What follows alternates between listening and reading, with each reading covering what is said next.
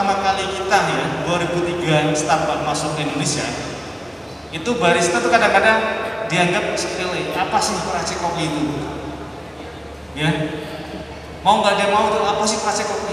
Gitu. Cuma itu tadi kita dihadapkan dengan namanya teknologi. Kita tuh masih mengadopsi teknologi di luar negeri. Tapi dengan perkembangannya barista ini yang ada di Indonesia, sekarang orang bisa membuat kopi semua, bahkan alat-alatnya. Dengan konvensional standar mesin, ya, kita bisa menggunakan cukup manual brewing seperti itu. Jadi teman-teman kita itu walaupun ya di luar sana menggunakan mesin, kita menggunakan metode manual brewing.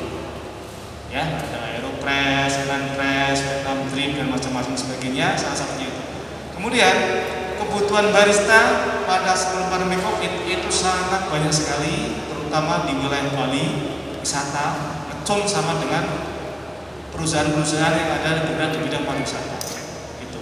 Jadi mungkin teman-teman semua kita tahu bahwa barista ini adalah salah satu ujung tombak daripada pemasaran ya, produk yang dihasilkan. Gitu. Kemudian kita tahu banyak orang pemodal besar, tapi secara teknis sendiri belum mempunyai tenaga yang spesialiti seperti itu. Contohnya apa? Modal banyak tapi baristanya nggak ada, susah bisa seperti itu. Itu aja sih. Jadi nanti kita akan dialog mengalir saja Pak Martoyo, biar nanti hidup gitu ya. Nanti kita bisa lempar-lemparan bagaimana nanti supaya nanti kita lebih hidup. Itu aja. Sekian dari saya. Assalamualaikum warahmatullahi wabarakatuh. Assalamualaikum. Mas Ridro, terima kasih. Nanti akan kita cek dengan dialog dengan teman-teman semuanya, dengan peserta. Lanjut Pak Putri dari Jakarta, ini jauh-jauh dari Jakarta. Tadi nginepnya agak kejauhan, kesini juga agak kejauhan. WA saya tidak saya angkat, kebetulan lagi konsentrasi pelantikan.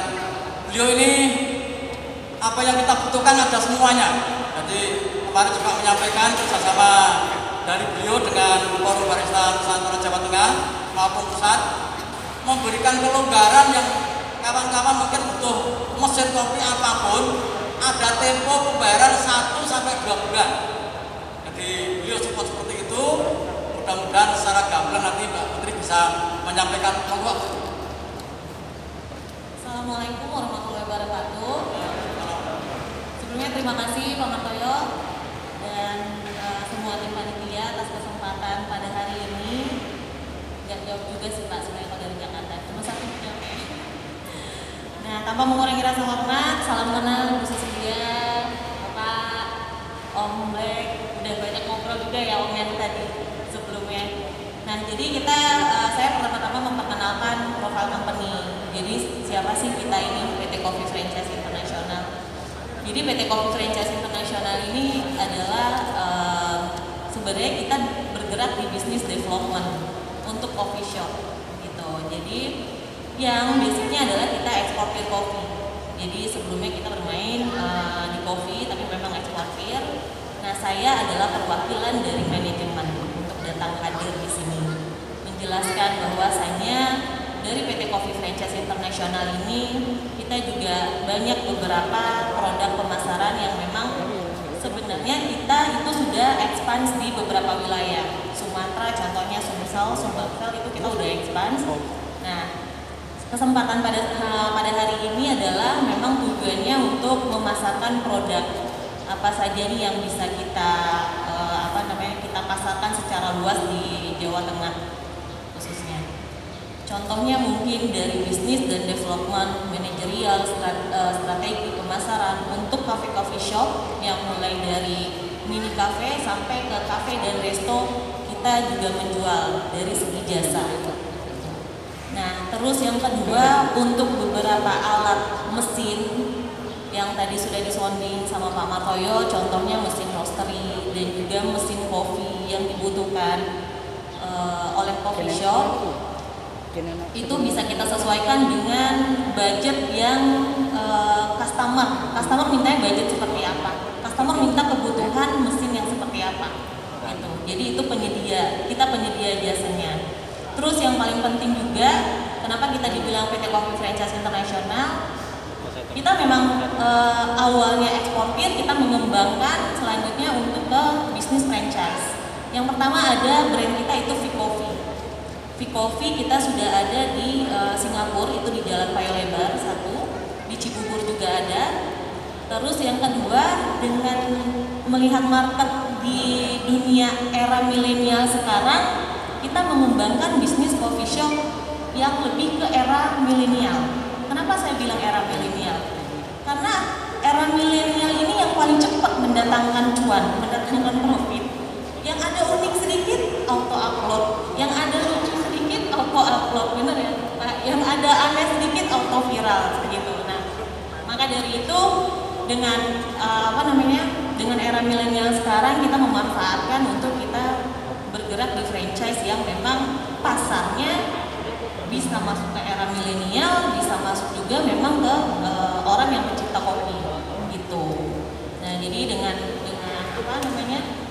memanfaatkan era milenial ini ada beberapa memang kita bilang adalah mitra investor yang memang membeli franchise kita, yang memang kita benar-benar menekankan bahwasanya ini adalah coffee shop yang memang kita memanfaatkan strategi pemasaran dari anak-anak milenial zaman sekarang gitu. Dan mungkin lebih melanjutkan ke pemasaran yang mesin roasting dan mesin segala kebutuhan mesin yang dibutuhkan di coffee shop. Jadi memang pada dasarnya kenapa harus ada termin pembayaran, sebenarnya memang ini dikhususkan untuk di forum hari ini ya Pak ya. Jadi seperti ada promo code gitu ya Pak ya, ada kode promo gitu loh. Jadi dimanfaatkan dengan forum hari ini, kita memberikan promo code-nya seperti itu, bisa ada jangka waktu untuk termin pembayaran, bisa ada negotiable untuk dari down payment, dan dikhususkan untuk acara di forum Barista Nusantara ini. Mungkin dari saya itu saja, jika ada kekurangan dan kesalahan mohon maaf. Assalamualaikum warahmatullahi wabarakatuh. Assalamualaikum warahmatullahi. Sesuai apa yang disampaikan Pak Putri, sekaligus hari ini akan promo tentang mesin-mesin kopi.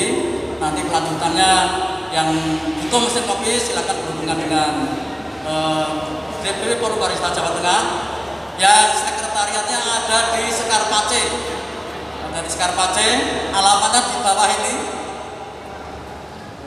Jalan Isur Sutami nomor 46 Sekarpace Solo. Pojok. Jadi pojok itu lampu bangjo itu pas pojokan. Jadi, nanti sekretariat di sini akan silakan yang mengendaki atau membutuhkan mesin kopi nanti bisa berhubungan dengan kami. Jauh hari saya kenal Om Black itu hanya WA, hanya video call. Sore hari ini ketemu dengan kita semuanya. Beliau pakar kopi dari hulu hingga hilir. Jadi mengenal kopi sejak Indonesia belum merdeka. Jadi Indonesia belum merdeka itu beliau sudah berkecimpung di kopi dan ternyata tidak asing dengan Kabupaten Karanganyar. Untuk itu kepada Om Black saya persilakan waktu 15 menit untuk berbincang-bincang dengan yang hadir pada sore hari ini tentang perkopian yang ada di Indonesia. Dipersilakan. Terima kasih sekali teman-teman kopi, salam kopi. Assalamualaikum warahmatullahi wabarakatuh. Ibu Sisilia, saya mungkin Ibu lupa 6-7 tahun yang lalu kita ketemu di Temanggung. Di Boston juga ketemu. Cuma karena di satu sisi saya sering di luar Jawa, keluar terus membina petani kopi. Jadi seperti yang diucapkan Ibu Sisilia, kopi terbesar di Jawa Tengah itu Temanggung. Ada sekitar kelompok tani 416 kelompok taninya. Dan itu pun secara berproses sudah oke. Yang kedua, yang dipermasalahkan oleh para petani dan kelompok-kelompok tani, bibit kopi atau bantuan dari pemerintah tidak sesuai dengan ya kita benar sih, bantuan dari pemerintah bersinergi juga, tapi tidak sesuai dengan katulistiwanya. Jadi misalkan contoh kecil untuk Temanggung, untuk Arabica untuk Temanggung yang di ketinggian 1200 itu harusnya kopi lini es. Nah, bantuan dari pemerintah kadang-kadang bukan lini es, Bu. Begitu juga kemarin ada di Temanggung dengan kopi Sigara Runtang. Sigara Runtang itu di ketinggian sekitar 1.700-1.800, dan itu sangat hasilnya sangat kurang memuaskan karena 7:1. Jadi 1 kilo green tea kita harus memakai 7 kilo cherry. Itu Sigara Runtang. Ya, keringnya jadi 1 kilo untuk Sigara Runtang. Nah, di situ harus kita menilai dari jarak laut ke gunung. Jadi misalkan minimal 80 km dari laut itu lini es.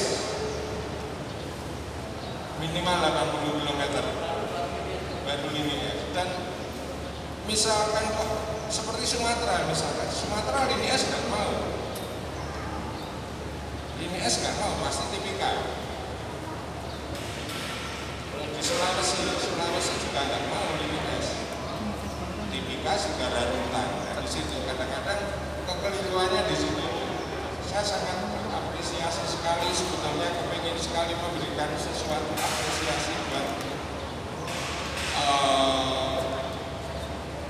yang mengangkat Temanggung. Dia dilupakan. Dia yang mengangkat kopi Temanggung pertama kali dari dinas itu dilupakan sama sekali. Tidak ada apresiasi sedikit pun sama beliau, Bapak Muhammad. Terus kita balik ke Mas Rindro.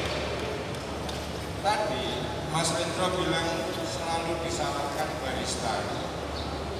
Sebetulnya ada benarnya, Mas. Barista disalahkan sebetulnya ada benarnya. Dan juga ada kelirunya. Di saat kopi pemetikannya benar, pemrosesannya benar, ngerostingnya benar, itu barista harus bisa mengejar karakter kopi itu sendiri. Bagaimana caranya? Kita harus bisa mengejar karakter kopi itu sendiri. Nah, mayoritas barista hanya asal nyeduh. Ini kopi dari mana sih? Misalkan kopi dari Aceh. Rasanya bagaimana, Mas, kopi Aceh? Baristanya diam, nggak bisa ngomong. Nah, di situ kekeliruannya. Jadi seperti di pengurusan ini, saya mengharapkan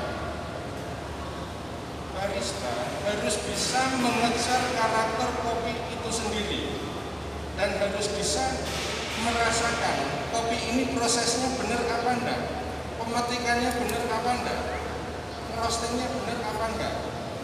Karena kadang-kadang orang dengan roasting ya asal roasting aja, Mas. 70%, 80% roaster di Indonesia mayoritas hanya mengandalkan suhu.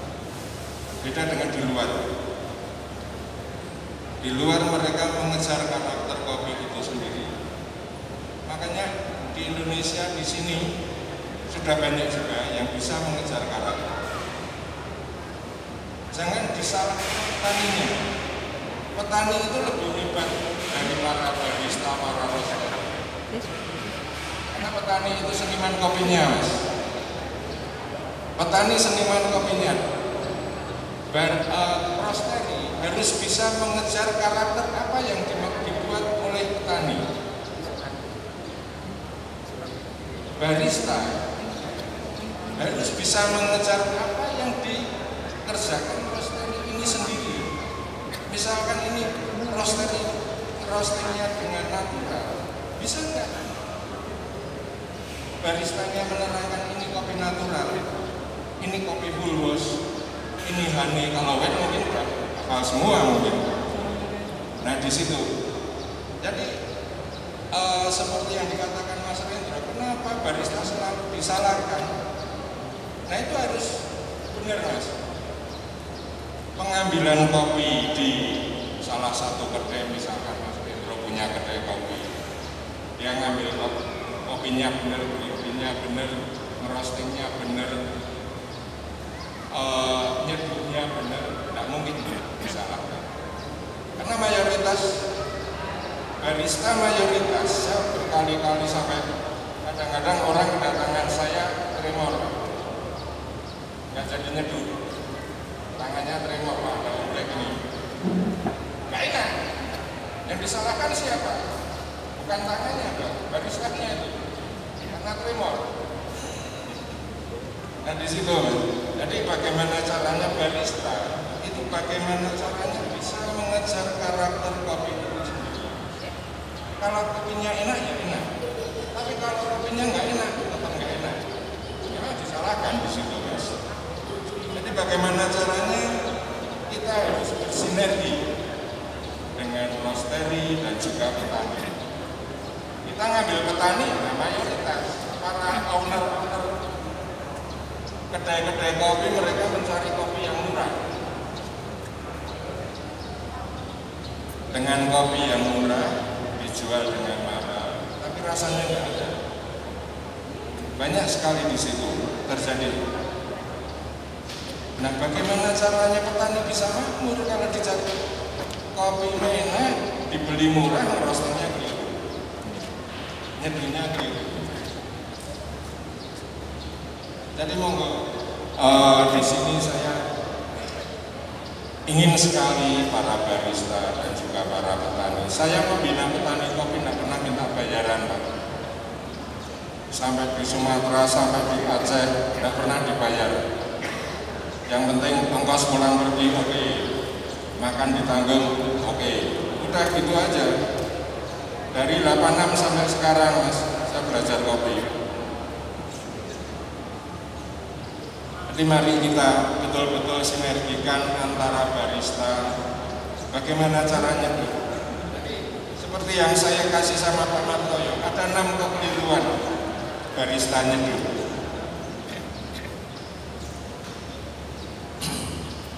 Satu, tidak cupping Mas. Tidak di cupping dulu. Kekeliruannya di situ. Jadi barista itu harus, ini kopi dari mana? Tidak asalnya dulu aja Pak, tapi harus di cupping dulu bagaimana rasanya. Nah di situ cupping itu sendiri ada 3 cara.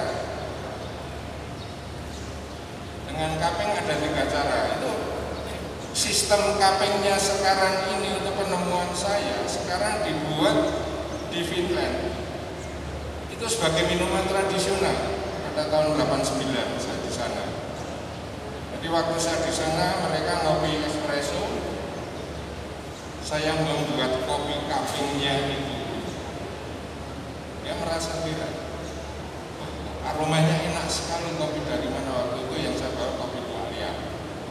Dan sampai hari ini kopi luar liar masih saya ngirim kopi lain terus dengan harga lumayan gede, 7 juta 1 kilo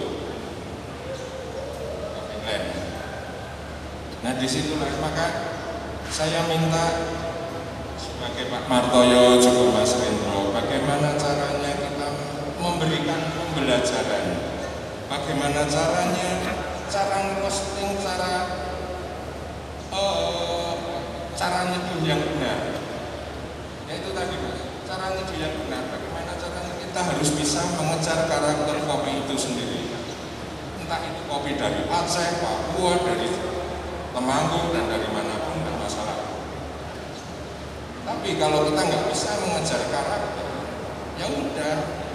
Pasti kalau misalkan yang datang pakar-pakar kopi, ya udah pasti baristanya kena omel Mas. Ya tadi malam ngopi, alhamdulillah nggak ngomelin, cuma ngomelin 1 orang Mas. Di dekat hotelnya Pak Joko. kopi Lawi. Nah di situ, Mas, ini kopi saya. Coba seduh. Coba, caranya gimana Om? Saya kasih tahu caranya, Mas. Nah setelah saya tahu kasih caranya, ini bukan SOP-nya dari kopi Lawi, tapi kok SOP saya. Dia nyeduh clean semua. Tapi di saat temennya nyeduh, tolong seduhkan ini kopi sama yang sama dengan SOP mereka beda, Mas. Nah disitulah kita bisa memberikan sesuatu yang betul-betul itu. Saya memberikan itu enggak terus saya minta bayaran terus minta kopi gratis enggak. Tapi kalau Anda mau belajar nyeduh di tempat saya ya bayar. Jadi saya sama Bu Sisilia udah lama kenal cuma karena saya sering keluar terus Bu, jadi jarang ketemu. Ya yang saya ingat waktu hujan deras, angin kenceng di pas di Parahan, Temanggung naik lagi. Itu saya sama Bu Sisilia mobil, tapi enggak, mobilnya enggak jalan, hujan deras sekali, sambil minum kopi berempat. Mungkin Ibu Sisilia lupa, saya udah pernah di situ. Terus di Temanggung festival kopi pertama, keempat kita ketemu juga di situ. Nah, bagaimana caranya? Mari Mas Hendro dan Pak Martoyo, kalau kita ingin berbagi ilmu monggo, tapi dengan sistem yang benar. Boleh. Dengan sistem yang benar, bagaimana caranya menyeduh yang benar? Itu pasti kopi akan selalu jaya di Indonesia karena itu emas hitamnya Indonesia. Saya kemarin Zoom dengan kepala KJRI di Hamburg, terus Denmark, satunya lagi Prancis, bahwa Indonesia sekarang sudah mencapai 11 juta per tahun ton dikirim keluar, dan itu kita sudah mengalahkan Ethiopia, Pak. Per tahun sekarang 11 juta ton, dan peringkat kita sudah naik. Dulu kita peringkat 6 seluruh dunia, sekarang kita peringkat 4 dunia. Nah itu udah luar biasa sekali. Jadi bagaimana caranya? Monggo petani-petani juga. Saya tidak membina petani, saya tidak minta bayaran, Mas. Jadi mari kita sinergikan bagaimana cara perawatan pohon, pemetikan, pemotongan tangkai yang tidak berguna, proses roastingnya. Kalau ingin belajar ke situ saya bisa, saya mau. Silakan hubungi saya, enggak apa-apa. Enggak punya uang, Mas, enggak apa-apa. Yang penting ongkos pulang pergi saya dikasih, enggak apa-apa. Dibelian enggak usah dikasih duit, enggak apa-apa. Dibelikan tiketnya aja enggak apa-apa, Mas. Karena mati urip saya di kopi, Mas. Saya punya hutang 1,9 M. Dalam tempo 3 tahun 8 bulan saya bisa melunasi itu semua dari kopi. Saya jatuh lari dari kopi, saya membuat properti, saya jatuh punya hutang 1,9. Balik lagi ke kopi 3 tahun 8 bulan saya bisa membayar semua, melunasi. Sampai sekarang hutang saya tinggal 8 juta. Dari 1,9 M saya bisa membayar dari kopi. Maka dari itu saya mencintai kopi, karena itu emasnya Indonesia, emas kita, Mas. Monggo yang mau seperti Karanganyar. Karanganyar ada dulu tahun 91 kampung kopi. Saya sudah pernah memberikan proses cara pemetikan yang benar, di situ dilecehkan. Di sini enak teh malah kopi. Tidak pernah di situ. Di kampung kopi ada kan, Pak?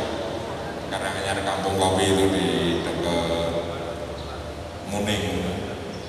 itu di situ. Ya saya kira begitu, kalau ada keliru mohon diluruskan Bu. Pak Martoyo, terima kasih atas waktunya, ini udah 15 menit karena saya dijatah 15 menit. Matur suwun Bapak-bapak Ibu semua. Assalamualaikum warahmatullahi wabarakatuh. Waalaikumsalam. Aplaus untuk 4 pembicara sore hari ini. Alhamdulillah sudah menyampaikan banyak hal tentang perkopian yang ada di Indonesia. Mungkin ada tanya jawab, silakan Mas.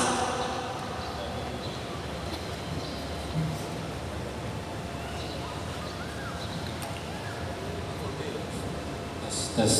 Assalamualaikum warahmatullahi wabarakatuh. Waalaikumsalam. Pertama saya perkenalkan diri saya dulu. Saya Mega Utoro Pak. Kebetulan berasal dari Jogja walaupun saya asli dari Sukoharjo. Di sini saya ikut seminar workshop membedah kopi.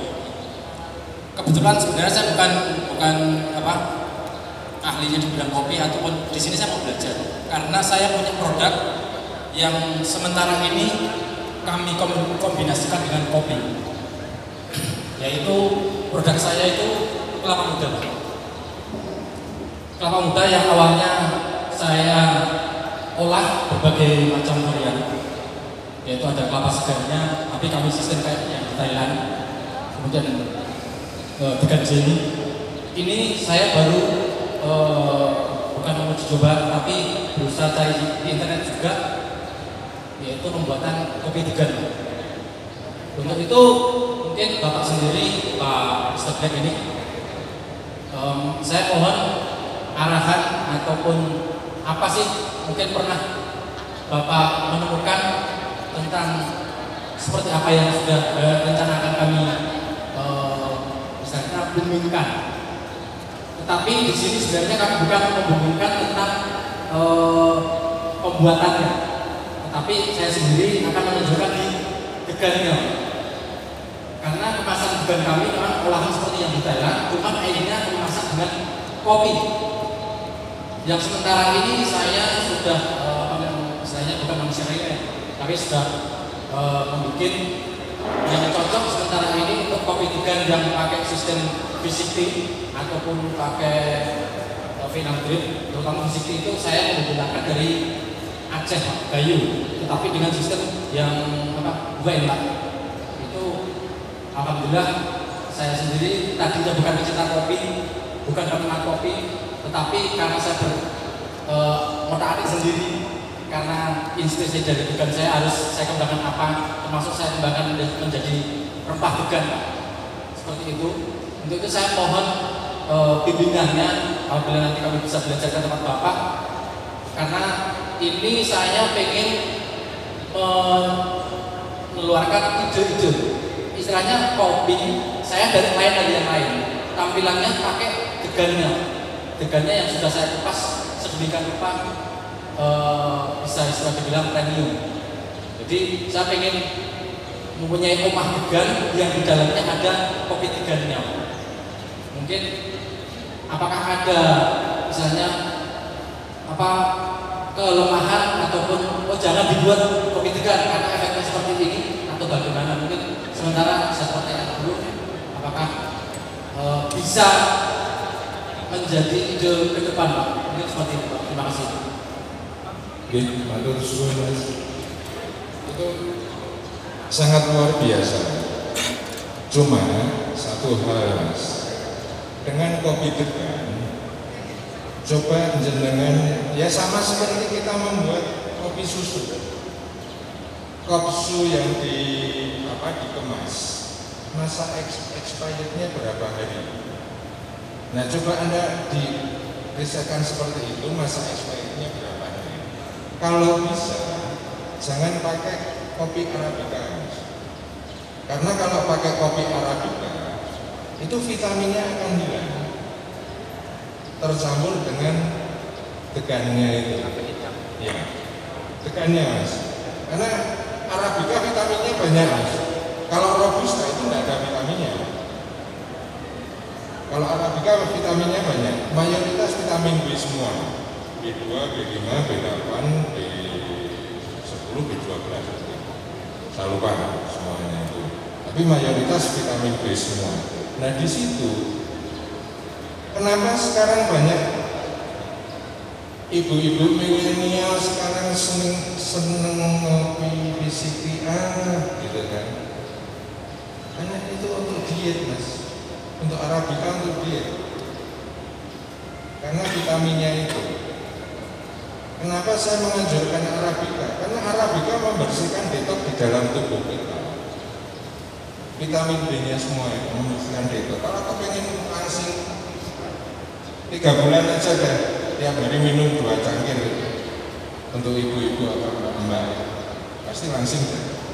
Saya jamin. Tapi kalau nggak langsing berarti dianiaya oleh suaminya. Nah, itu bagus mas. Jadi apa yang saya jenengan itu degan ya mas ya berarti? Iya Pak, dari degan. Cuman kami tampilannya bukan kayak degan biasa. Iya. Hanya saya hanya pengen punya gede kopi degan itu, punya gedenya itu, yeah. Degan itu dengan karena tampilan saya tekonya itu pakai degan yang sudah saya pas lain dari yang lain. Dan mohon maaf, sementara ini kami justru yang Arabica Pak, yang misalnya kami saya sendiri sebagai saya bukan penikmat, tetapi karena wine Aceh tadi. Kalau wine tidak masalah mas, kalau wine kan yang dicari aroma dan rasanya. Wine itu kan termasuk artisan kalau di kopi. Kalau kopi yang apa sesuai aturan itu kan cuma vulgo sama natural. Yang dipakemkan itu vulgo sama natural. Tapi yang artisan itu wine, honey, terus ya macam-macam lah gitu. Itu yang artisan itu tidak pernah ada kejualan kaping kopi dengan wine apa dengan ini tidak boleh. Hanya cuma vulgo sama natural yang mau di kaping itu sendiri. Itu saya sangat setuju sekali, cuma monggo masa expirednya mas. Kalau jenengan jual dengan di botolan gitu kan, tapi kalau diminum di situ nggak masalah. Memang target kami bukan botolan Pak. Target kami itu kami pengen mengenalkan di barista itu istilahnya orang itu dengan kita menyajikan katakanlah kayak kopi jos di Malioboro gitu. Jadi di depan itu kita tahu cara arangnya itu ditaruh di situ. Sama halnya saya pengennya itu kopi yang baru dibikin. Terus dengan tampilan fisik ataupun Vietnam Drip itu di depan para pengunjung itu Pak yang kita dan dikemas di degannya tadi. Cuman saya tanyakan ke Bapak, apakah ada kelemahan ataupun bahayanya? Kalau saya sudah mempelajari, walaupun sudah mempelajari di internet, mungkin Bapak lebih paham, termasuk informasi jangan sampai yang Arabica tadi. Karena vitaminnya akan hilang mas. Siap. Jadi kalau dirasa mungkin lebih enak dengan Arabica, tapi resiko vitaminnya itu kan orang ngopi Arabica itu yang dicari rasanya mas. Satu rasa, manfaatnya. Rasa dan manfaatnya itu vitaminnya itu mas, karena untuk membersihkan detox di dalam tubuh kita. Nah itu ada resiko di situ apa enggak nantinya itu. Saya belum pernah riset itu mas kalau dicampur dengan seperti itu. Belum pernah. Terus terang saya belum pernah dengan campuran-campuran seperti itu. Tapi itu sangat menarik mas. Tapi kalau misalkan dengan robusta, dengan sistem robusta jenengan mencari kopi yang dari Jepara. Kopi Jepara itu kecil-kecil sekali mas. Namanya kopi Neopo, lupa saya. Kopi Jepara atau Java Mocha. Saya pernah mencoba dari Kudus Pak. Ya. Kudus Temanggung sudah saya coba. Nah, ya kalau Temanggung cari yang Java Mocha. Kalau tidak ketemu nyari saya. Mungkin ada bisa di-share untuk nomor HP. Ya? Bisa di-share untuk nomor HP biar untuk kami tahu. Oh boleh. Nomor HP tapi itu nomor WA ya. Jadi kalau telepon anu nggak bisa. 081 326 45 8228. 081 326 45 8228. Om Black itu aja. Siap. Karena panggilan saya Om Black dari zaman dulu sampai sekarang. Ya, terima kasih atas informasinya Om Black. Mungkin saya di sini cuma pengen mau tahu tentang itu. Ya. Kalau saya berarti nanti untuk Arabica memang Kalau Arabica pakai win bisa, karena itu vitaminnya hilang karena terkena fermentasi. Ya. Itu vitaminnya hilang karena kena fermentasi selama 31 hari. Dan itu hanya mengejar rasa dan aroma aja kalau wine. Apa ini jenengan dapat berapa dari aja? Nanti kalau kemarin jadi ke saya. Ya, apa di sini memang kalau bisa kan kita tahu informasi. Gak apa-apa. Tahu informasi tentang memang harga yang paling murah kan Pak. Kan di sini secara otomatis saya bukan barista, tapi saya akan menularkan ke misalnya anak buah saya, jujur saya. Kalau harga beda Mas, karena di satu sisi dari proses pemetikan yang benar dengan satu proses pemetikan yang benar, yang kedua cara proses ini mau dibuat apa kopi ini, misalkan pulvos, natural dan lain sebagainya. Prosesnya benar juga harganya berbeda Mas. Tapi kalau prosesnya dengan asal-asalan mungkin bisa jenengan bisa dapat 1 kilo 100.000 bisa. Tapi rasanya gitu kan. Makanya dari itu saya dengan para petani memberikan pembinaan bagaimana caranya petani bisa hidup lebih terhormat. Saya sudah pernah di Temanggung, Ibu Cecilia juga kenal. Itu petani yang saya bina. Awal kenal dengan saya, rumahnya tembok separuh, papan separuh. Sekarang dia nanya saya, Om, seperti saya dari dulu pakai itu aja. Berapa sih? Tuh dia di belakang, beli Fortuner Mas. Aku nganggo motor malah dipamerin. Itu hasil binaan saya dan saya sangat bangga sekali karena dia bisa berseperti itu. Dan saya tidak terus harus iri dan lain sebagainya. Itu kebanggaan saya. Berarti saya bisa memberikan kebahagiaan buat petani dan juga anak-anak istri.